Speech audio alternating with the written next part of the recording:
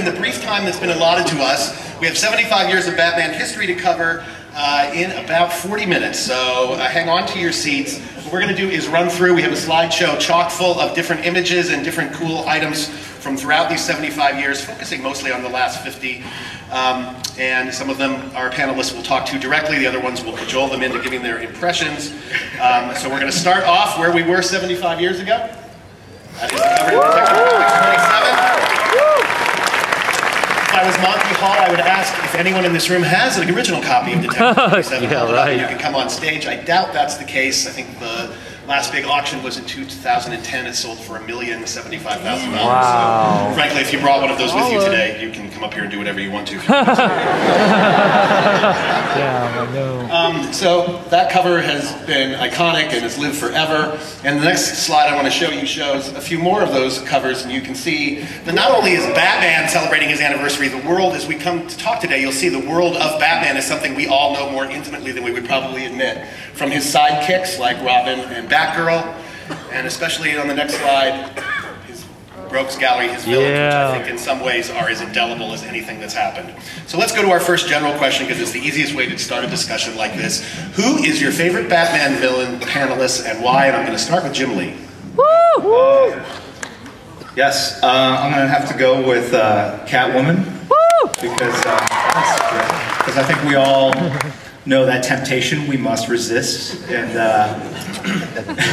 I think it's interesting because she's always been a character that kind of walks the, she's a criminal, and in some ways Batman, he's a vigilante too, so they both kind of share some common ground, but at the same time he's a character that, obviously he's got to stop, and can't for whatever reason, and she knows it too, and I love the fact that she kind of plays with him just like he's a bauble or something like that. And, I just think they make a really great couple, and they look good together too. So yeah, they sure do. Peter? Well, I think maybe two answers. One is I grew up on the Adam West and Burt Ward show, so I really like a lot of those crazy characters from that show. Portion. Yeah, and King Tut. Egghead. All those characters. But then in the more canon, Two-Face for sure. Woo! We can all kind of relate to Two-Face. Yeah, I don't think I could actually narrow it down to just one, because I love them all for all the various reasons. But if I had to, I would say Catwoman because Julie Newmar.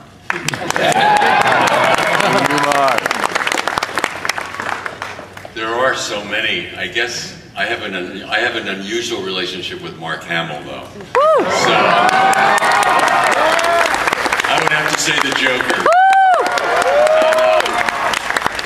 And, he brings out the best in me, and I bring out the worst in him. So we work well together. I'm so pissed because Batman stole my answer. I'm going to go a bit more esoteric with the answer, though. Of course, there's a wonderful Rogues Gallery we can all choose from. But in terms of favorite villain, I'm gonna skew it a bit differently and say the favorite obstacle that Batman has to overcome, which could be a villain. But in this instance, is my favorite aspect of the Batman character. It's his humanity. That's the only thing that stops him. And you see the frustration as he's portrayed throughout every medium, with the inability to go that one step further. He resents Superman because Superman has no limits, and Batman has spent his whole life searching for those limits, and it's only when he hits the ceiling of his humanity that he can possibly be stopped, and as we've seen, even then sometimes he overcomes it. So I'm going with Batman's humanity. Well, crap, anything I say now is going to sound lame.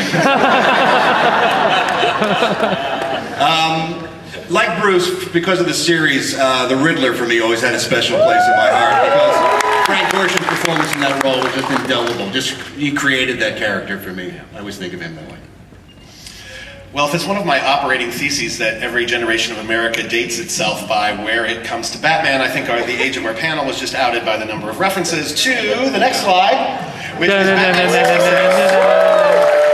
series that debuted then. First, for those that aren't aware, if you somehow missed the announcement that came from Conan O'Brien earlier this year, sometime late this year, this is going to appear on DVD and Blu-ray for the first time ever. Stop being a memory and the cheesy little VHS tapes you watch that you bought from somebody downstairs. And if you go to the next slide, we have been adapting Batman 66 for a little while now in digital series. We just collected it into its first hardcover, and we just found out on Wednesday that on April 27th, this book's going to debut on the New York Times list at #2 in the hardcover graphic novel slot. Which I think speaks to the popularity of this iteration of Batman, but also the great job that our editorial team and our talent team doing Batman 66 has come together. So coming later this year is Batman 66 Meets the Green Hornet, which Kevin Raffer writing. Yeah, Bruce Lee! Gentlemen, there's no pressure on you now that you know the previous users of Batman 66 comics have become New York Times bestsellers. No one's expecting that from you. But I'm guessing, based on some of the answers I just heard and what I know, that TV show was a real cultural moment for you guys especially. So how much of that do you want to bring, and how much do you want to try to give it your own spin when you do this, or do you want to say anything at all about what you're about to do? Well, when Kevin and I started working on the book, we realized that there had been a strong template sort of given to us. I mean, there are certain characteristics of the show, certain aspects of the show that you have to sort of adhere to in order to make it feel like an episode of that show. So we had this great work that Lorenzo Semple and other writers had given via the series, and then as fans you get to play what if. What would I have liked to have seen had there been other episodes that we didn't see, especially when it comes to the amazing crossover episode between Batman and the Green Hornet and Kato and Robin. Because that was the first, Kevin and I were talking about, that was the first superhero crossover live action we had ever seen, and what a big impact that made on us. So we get to play with those characters and those that template and have a good time with it. Yeah, when you think about it, like, that was our Avengers when we were kids. Like, holy shit, two dudes in masks standing next to each other. For me, I think it was just kind of important to honor the Batman that brought us into the world of Batman. The Batman 66, we didn't call it that when we were kids. We just called it Batman. That was my first Batman. That was my introduction to the character, and then the comics, of course, kind of came after that. And I was like, oh my God, he's a completely different Batman. I was into Batman, of course, right around '89 when the movie came out. Right prior to that, Frank Miller took him dark and stuff. Batman kind of returned to his more Dark Knight detective roots. And there was this general sentiment that if you grew up with the Batman, Adam West Batman, you kind of turned your back on it, man, a way like Peter denied Christ. Like, you just suddenly got to this place with the book where people are like, hey man, do you like that Batman, the old Batman? You're like, no man, I never watched that Batman. No man, that Batman is stupid, you know? And somewhere cock crows. So there was that period. I think the first person who set me straight, man, was Matt Wagner. The great Matt Wagner did Mage, and he also did for Batman a couple of Batman Grendels and a couple other books. Wonderful artist, great storyteller, one of the greats of indie comics and of the big two he's worked at. So Matt, I was talking about, he had a line in one of the Batman Grendel crossovers, I think it was the second one, and Robin was in that, and he had a line at one point where Batman was going to refer to Robin as, well, little chum. And DC editorial at that point was like, don't do that. Don't, because people will remember that fucking show. Don't do it. And so they made him take it out. And I was like, good thing, man, because who cares about that old Batman? That's your grandpa's Batman. And Matt Wagner is the first one who, like, in my world, who stood up for that Batman. And he goes, you know what, man? Don't sell out on that Batman. That was your first Batman. Like, before any of this, before he went dark, that was your Batman, so honor that Batman. And I was like, oh, Matt Wagner schooled me. And then from that point forward, I would go out to other people and they would bag on Batman and be like, you know what, you're a poser. You should honor that Batman.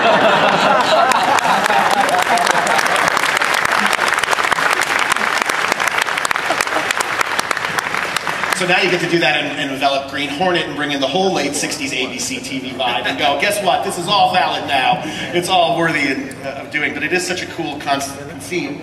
And I think especially the first couple promo images, the likenesses really give you... The covers by Alex Ross, they're just astounding. They're gorgeous. Even if you didn't like Batman 66, you look at these covers and you're like, I would like to own that cover. You could tell, like, you know, Alex is always consistently amazing, but you could tell the stuff that captures his imagination, and you could tell that he loved Batman 66, because those covers are mind-bendingly good.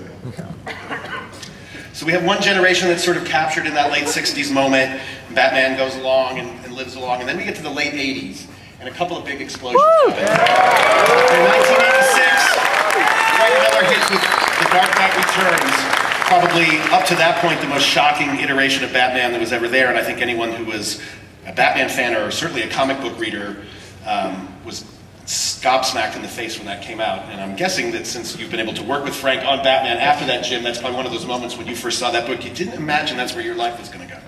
Yeah, I was actually a senior in college when this book came out, and all I remember were those horrible Batman 66 cartoon shows or TV shows. Going, oh, I can't live with this. This is awful. Like, how am I going to think about a career in comics if that's what I have to live up to? And this came out, and it changed my life. It really did. I was collecting comics. I still had comics mailed to my home, but I was really just unenthusiastically collecting them. And then this came out. It wasn't just that it was hand-colored. It wasn't just the fact that it was on shiny paper in a new format. The level of sophistication to the storytelling, the narrative, the political themes, the social themes, just blew me away. And then there's a scene where Batman, he's like 70, 75 years old, and he's naked and he's taking a shower. And that was, it made me tingle in a weird way. You remember the scene, right? He had a mustache and he realizes he shaved it off. Like, oh snap. Like, it was the force of Batman. He thought he could drop the cow, but it was deep inside him. And it was just very powerful, mythical, and it really got me inspired, that scene in particular, to get into comics. And so I put my first portfolio together in '87, got work shortly thereafter. So it was a life changer.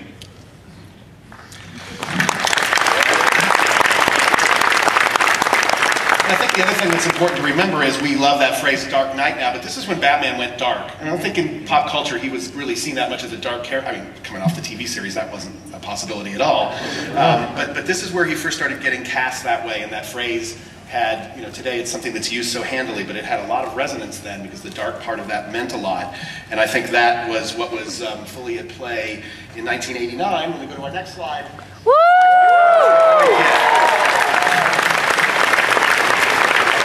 Before I came in here today, I was telling somebody I was doing this panel, and without any prompting, they ran through the story. I remember the first time I saw Michael Keaton Batman movie, and they went through a 10-minute exegesis about remembering specifically what night they saw it, how many people were in the theater, and it just, again, it was a great, you know, reiteration to me that everybody has those cultural moments. So I'm just curious if anybody on the panel can remember specifically when they saw that movie or what impact it had on them. Because I think also today we've seen so many different interpretations of Batman going on. I have to remember how impactful that was. Yes, Kevin. I remember exactly where I was. I was working at Domino's. It was my first day of employment at Domino's Pizza. And I don't know if y'all have ever seen me stand up or if you've seen me without a hockey jersey on. I have childbearing hips. So when you put on a pair of Domino's pants, they just don't look good on you whatsoever. And then you have to wear that uniform. I was poured into it, but not in a good way. And I remember I was working for 2 hours, and they had 4 other trainees there. And so about 2 hours into the shift, they realized they were overstaffed for the evening. And this was June 23rd, 1989. It's a Friday night. Might actually be, no, they didn't do early shows, so it was June 23rd. So my friends were all going to see Batman at the Middletown Movie Theater in the big theater, theater number 1, which in my memory is like 10,000 seats, but really it was probably 300. But it was the big theater, and they were like, we're going, man, you're gonna go. And this is a day before the internet, no smartphone, so I couldn't like call my friend or anything like that unless I used a payphone, which I did, and I called him at his mother's house, and I was like, you guys going? And he's just like, yeah, we're gonna go. I was like, oh, buy me a ticket. He's going, you're working. I was like, I'm gonna quit.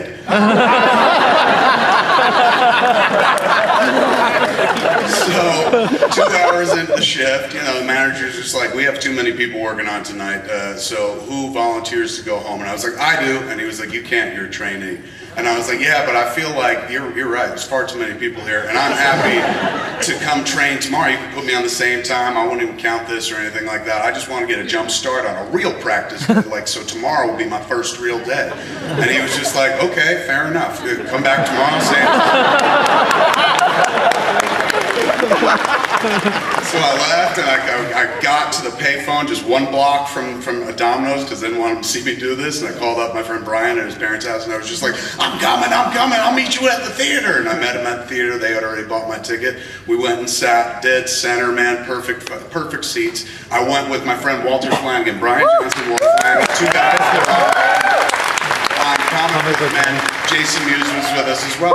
And so Walter was the guy that had handed me The Dark Knight Returns, got me back into comics. So watching that movie next to Walter, I swear to you, at one point, two grown men, we weren't that grown, it was 1989, so I was 18 on the verge of 19 and stuff. Walter, 21. At one point in this movie, when Batman first descends, in the background, the two thugs are on the rooftop and they're having a discussion and whatnot. You see in the background, deep background, Batman descends. This is what happens with me and Walter Flanagan. We'll look at the screen, we don't even make eye contact. We just Thelma and Louise it. We go.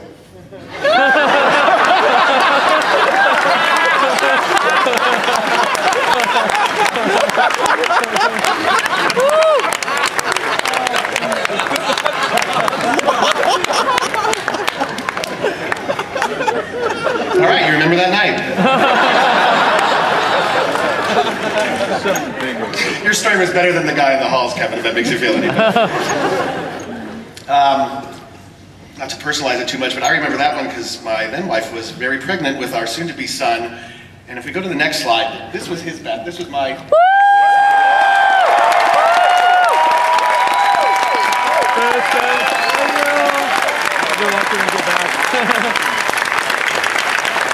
And this apparently was the Batman for a lot of people in here too. And Bruce and Kevin, your guys' run here was so long and so strong. And at what point, if at all, did you realize how big this was going to be and how impactful this was going to be? Well, you know, it's really weird because it was a different world back then. There was so fewer entertainment options because it was before the internet, before video games really took off and stuff. So it sounds really kind of oddly conceited, but I kind of knew the show was going to be a big hit, more because of how big Batman was in the public consciousness coming off of the first Tim Burton movie. Yeah. It was such an enormous hit. If you guys don't remember, but it was like Batmania all over again. Yeah. It was like 66 all over again. Batman was everywhere. And obviously Warner Brothers had dumped a lot of money into the show and they promoted it, a lot. And Fox Kids, promoted it like crazy. So I had a feeling we were gonna have to really screw up badly to make it not a hit. But then, fortunately, it became not just a ratings hit, but a cultural or a critical hit. I mean, we got a rave review in Entertainment Weekly, who don't normally review cartoons. And we got all kinds of press that we weren't really expecting. So it was. I mean, we knew it was going to be a hit, but it was kind of beyond even what we were expecting. I didn't have a clue. It was the first animated show I auditioned for. Yeah. The first one, the first role. Talk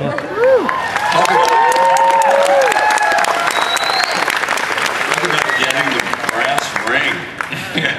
But we had been recording these things for months. You do the recordings first, they go off to the artist, and then they come back for what's called ADR, where you sync up the soundtrack with the visual.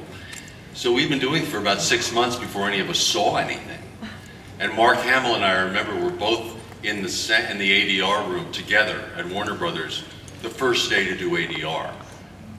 And on this full screen, that comes up, the lush color, the rich graphics, the full symphony score. I just whoosh off the screen.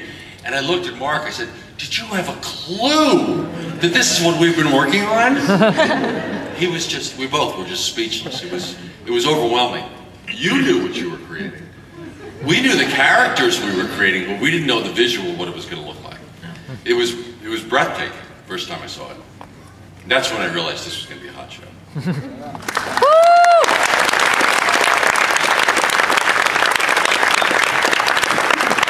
Can I just point out that we're so used to, as the introduction said, Kevin is the voice of Batman. So no matter what, when you read a comic book, I'm sure a lot of people in the room are the same way. Whenever I read a comic book, the voice I hear in my head is Batman, is Kevin. So,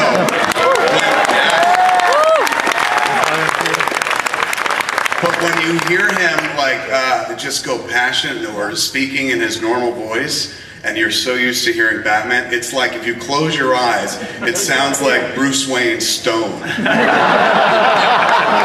he's so happy. He's just like, oh yeah, it was big on the screen and fun. I don't know what you're talking about. Okay, so as part of the 75th anniversary year, Warner Brothers Animation has created a couple of quick shorts, and Bruce, the first one you worked on way back, it just debuted on the DC Nation block. And maybe you could give it a quick setup, and we want to show it for the people here so they can see it on the big screen. No, anything, I was just going to ask if you wanted to set it up at all. Oh, anything you want to set in the back? Very hard to hear over here. Yeah, it's a, well, it's very short. Live USL, you've already seen it, but it's 2 minutes long, and it's basically kind of an itch that I've had for years, and I finally got to scratch it. I always kind of wanted to do a straight-up period piece version of Batman with set strictly in 1939, the year he was created. Unlike Batman the Animated Series, which was kind of retro-styled, I wanted to go full-on period with the clothes and the technology and everything. And then when I came up with that idea, I thought, well, then if I'm doing 1939, then it's got to be in black and white. So my buddy here, Peter Girardi, was in charge of the DC Nation shorts, so I hit him up with the idea, and he said, that's great, do it. And this is it. It's not my money, it's Warner Brothers' money. But, I mean, you know, the BTAS, what we call it internally, or maybe even externally, Batman the Animated Series, I mean, for me, it was a watershed moment. I mean, the reason I'm sitting here, a lot of it is because of that series, and, you know, I could see right away, being a huge fan of animation, being a huge fan of comics, and I was into real arty-farty comics, like Heavy Metal, and Mobius, and Droulet, and all those kind of French comic artists too, but all that stuff coming together, from the title sequence of BTAS, you can tell, wait a minute, there's something else going on here. There's the storytelling, there's the visuals, there's the way it's mixing together, there's the way it's forming something that had never been done before. And right away, I thought, like, wow, if this is, we can take hero comics and this kind of animation and bring it all together, that's definitely for me. So when we had a chance to do these DC Nation shorts, and Bruce had this idea, I mean, I wasn't going to say no, so. So you didn't say no, and this is the result. Video Meisters, do your magic. Kevin, is that the easiest money that you've ever? How many takes, Kevin? How many takes for that? I want more lines. All right, we're going to stay in the animation world and jump ahead to 1999.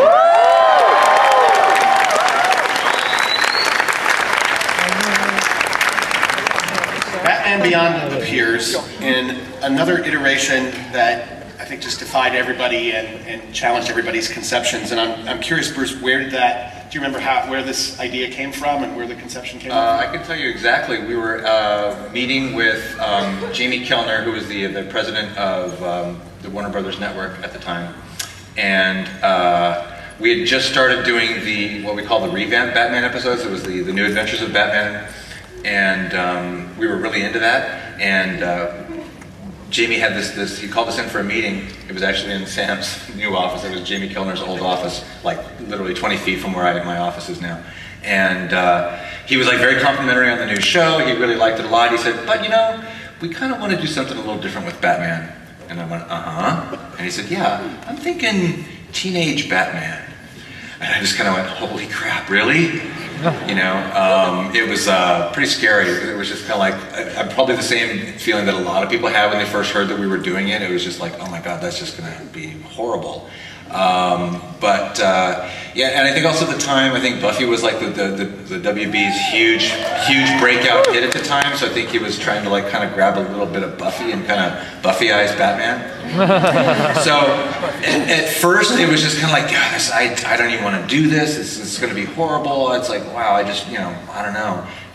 But then I was out in the parking lot talking with Paul Dini after the meeting, and I said, yeah, you know, it's just, I don't know, this just seems so commercial and so not what we do. And then I said, but you know, if Bruce Wayne got really old and he couldn't be Batman anymore, so this takes place in the future, and then he has to bring in like this kid to be the new Batman.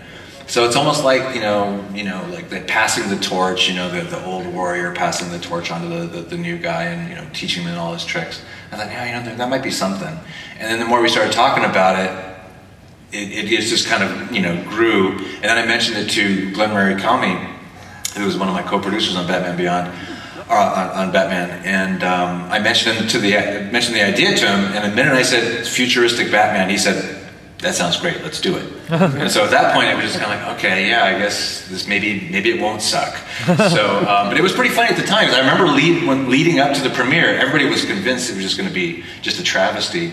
And this is like in the early days of the internet. I remember, actually reading message board comments. People were like, "Wow, this is like so much better than I thought it ever could be." So it was like, cool, good on us. Lots changed about message boards since then, hasn't it? Yeah, people were actually a little bit polite back then. So does that mean, Kevin, that you get the call going, can you do an old Bruce Wayne voice? Did you have to practice an old voice? They wanted me to do a really old Bruce Wayne. I had to get him real grounded. So again, as part of Batman 75, we have another clip, and Peter, maybe you can talk about this one for a moment. Yeah, I mean, once we decided to do the earliest animated kind of version of Batman that we had done with Bruce, of course, the next thing that Bruce and I talked about was, well, we should do a new Batman Beyond short to go with the early first Strange Days Batman. So, called Darwin Cook. Bruce did. Bruce and Darwin got back together. It was like getting the old band back together. And they came up with a great take. And I think you're going to see it now. Yeah. Woo! That was awesome! That was the single best thing. Batman Beyond fighting BTAS Batman. I wonder if that's a nerdgasm right there. Exactly.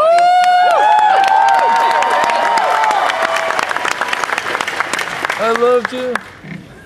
So here we are in 2002, and DC Comics publishes Batman Hush by Jeff Loeb, drawn by Jim Lee. I mean, this was a big momentous moment. This was a big moment for the comic book business, for all the creators involved. And I'm just curious, again, since we have the perspective of time here, did you understand what was going on when you and Jeff were creating this? Did you have any idea how transformative this was going to be?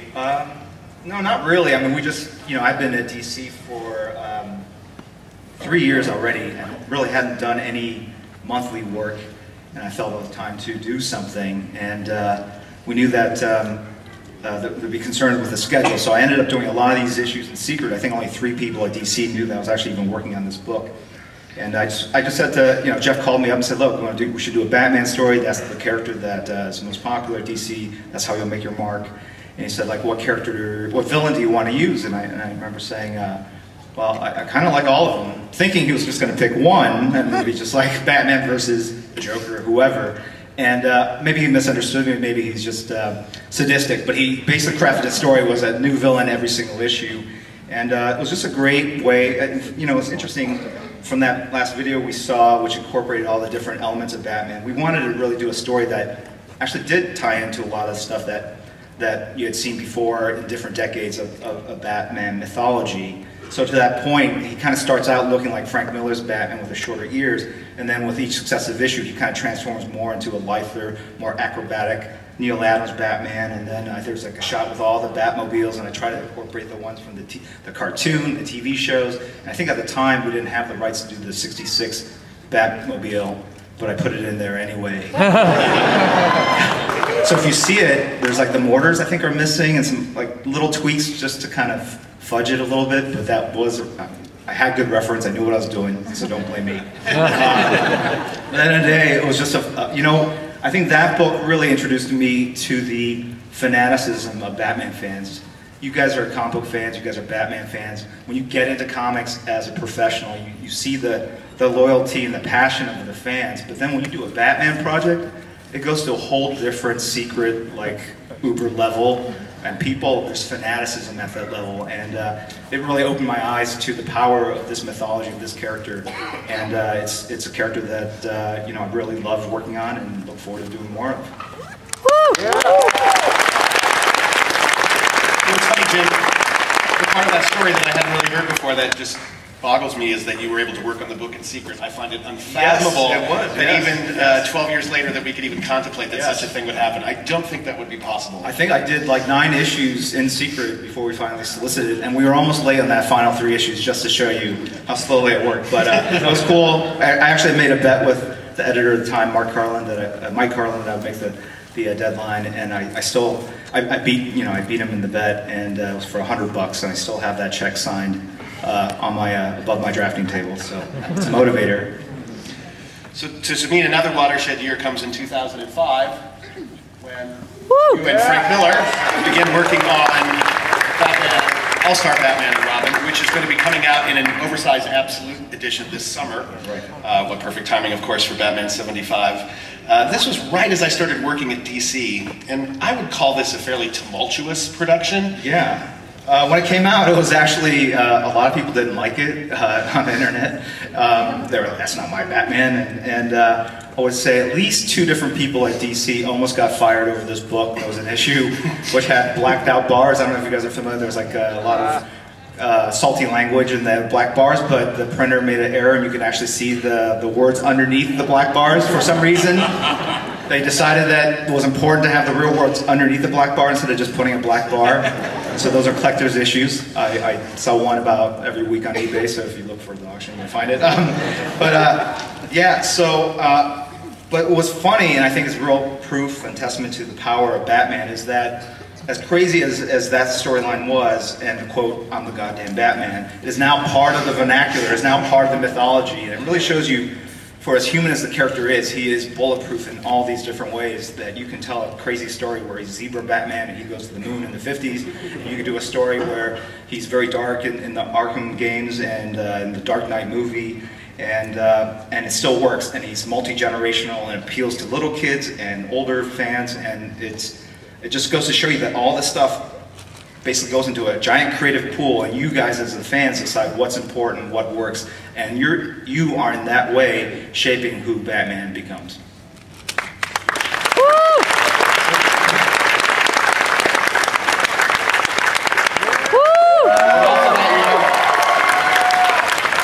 Christopher Nolan launched his global phenomenon that is the Batman trilogy. This is me personally. I think these are the apotheosis of superhero movies. I think these movies are actual art made from a story about a guy wearing a mask, and yet still work as amazing, thrilling movies for me. And I'm just curious for everyone on the group or whoever wants to answer it. How do you think? That's again is another seismic reinterpretation of the character. But today we've covered so many of them, and I'm just curious. Where do you think it goes next? Where do you think the Batman storytelling goes? We've worked our way through humor and fantasy all the way to almost a realistic version. That's what I loved about Batman Begins when I saw it. I thought, this is the first superhero movie I thought, well, this could actually happen. This seems real to me, that this guy could do this, and this doesn't seem to be out of place in the real world. Right. Do you think it's going to go back to a more fantastical?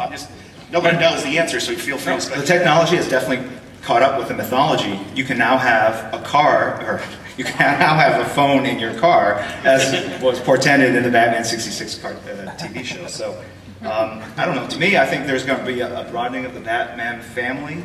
You're going to see a more diversification of that, and I think the technology is going to basically make all his toys even cooler as we go forward in time. But it's also the humanity of the character, I think, that's made him so resonant for so long. You know, he's mortal. He doesn't have any superpowers, and he's got such an incredible moral compass. He always does the right thing. That's what's made him last so many years. Well, you know, one thing that's interesting is that I think all of this stuff is cyclical. If you go back, you know, Batman started off really dark, then he got really silly with Adam West, then he got gradually darker and darker through the Neil Adams years and through Frank Miller and then the Tim Burton thing in my show, and then it ebbs and flows. The James Bond movies did this too. I mean, they've gone through periods where they were like really silly, like they hit their peak of silliness at Moonraker, and at that point the producers realized, oh, you know, we can't really keep going this way. We have to go back and make the next movie simpler and kind of work our way through it that way. So the same thing happened at Warner Brothers in animation. This is about 10 years ago now, I guess, when they finished the Batman, the Matsuda Batman show, and I was meeting with our boss, Sam Register, and he said, what do you think we should do next with Batman? Just picking my brain, and I said, well, I think you've kind of, you know, we've kind of done like this dark, serious Batman for like, you know, 10, 15 years now. I think we need to go back the opposite way and kind of going back and embrace the childlike, you know, aspects of the character that people like when they were really, really little. So that's how they ended up doing, you know, Batman Brave and the Bold, which I think is just as valid of a show. That's good. As any of the stuff we do. So I'm really curious to see what they're going to do with the movies now. I mean, it's like, I'm actually really looking forward to seeing Ben Affleck play Batman. It's going to be a completely different thing. And as we found, is when you team him up with Superman, it's a whole different world. It's like, it's not suddenly the world that's like all bound by, you know, supposed, you know, hard science and physics. It's like, you know, that's, you open up the door, you know, it's the willy-nilly box. You can end up, you know, going to the moon if you want. So, we'll see. So we end here in the present day. And we have two iterations of Batman, which for anyone's wondering, Batman's strength as a comic book character, this is the #1 monthly comic book in America. It has been since it launched almost 3 years ago. Every collected edition becomes the #1 New York Times bestseller in hardcover and in paperback. He's never probably ever been stronger critically and commercially in comic form. And then we have a new area Batman is, I forgot, shameless plug. Coming this fall, we will be putting out a book and mask set based on the 3rd volume in their trilogy, and you can kind of see it in the product shot. It is one of the creepiest, weirdest products you will ever see for sale in the retail environment. It's an actual Joker mask, is like so bad. mirroring his shaved off face that you can put on and wear and do God knows what with. I'm definitely getting one. We just make the product, we don't tell you what to do with it. So we have that, and then the newest world that Batman is in.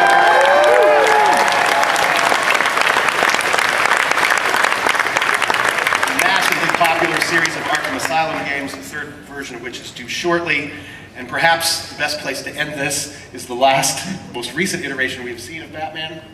Yeah! Woo! Darkness, no parents, super rich.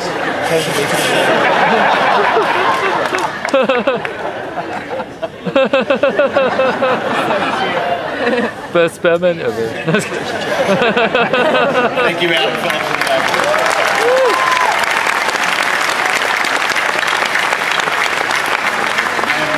I'm slightly disappointed we do not have time to take questions. We've reached the end of the panel, but I think I sort of knew that in my heart with given the amazing group of panelists we had assembled up here to speak to you today, the 75 years of history, we've hit that. And thank you, sir, for reminding me of something I didn't quite have key R for it, coming this fall on Fox TV, Gotham. You, sir, in the green shirt when this panel's over, come up here. All right, my panelists, I thank you so much for probably one of the best hours I've ever spent working at DC Entertainment. I'd love to do it again. Thanks all of you for coming today. Thank you so much. Yeah, what's some great... Check out Sean Long, Jason David Frank, Tommy the Green Ranger.